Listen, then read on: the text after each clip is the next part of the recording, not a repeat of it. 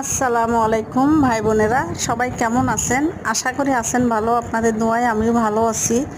তে আবারও ছাদে আসলাম একটু হাঁটাহাঁটি করার জন্য।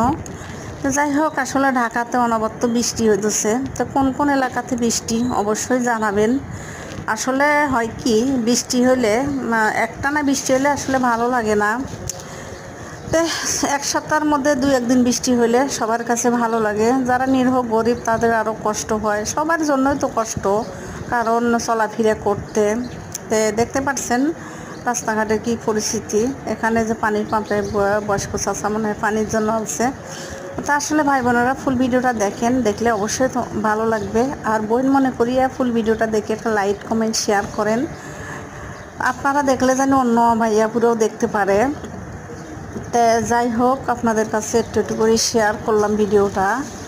তা আসলে কষ্ট করি ভাই বোনেরা ভিডিও বানাই আপনাদের জন্য। তো যাই হোক, ফুল ভিডিওটা দেখেন, টেনে টেনে দেখবেন না, ফুল ভিডিওটা দেখেন একটু হাতে সময় নিয়ে। তো যাই হোক, দেখতে থাকেন। তো পরিস্থিতিটা কীরকম এই শনি রেখার।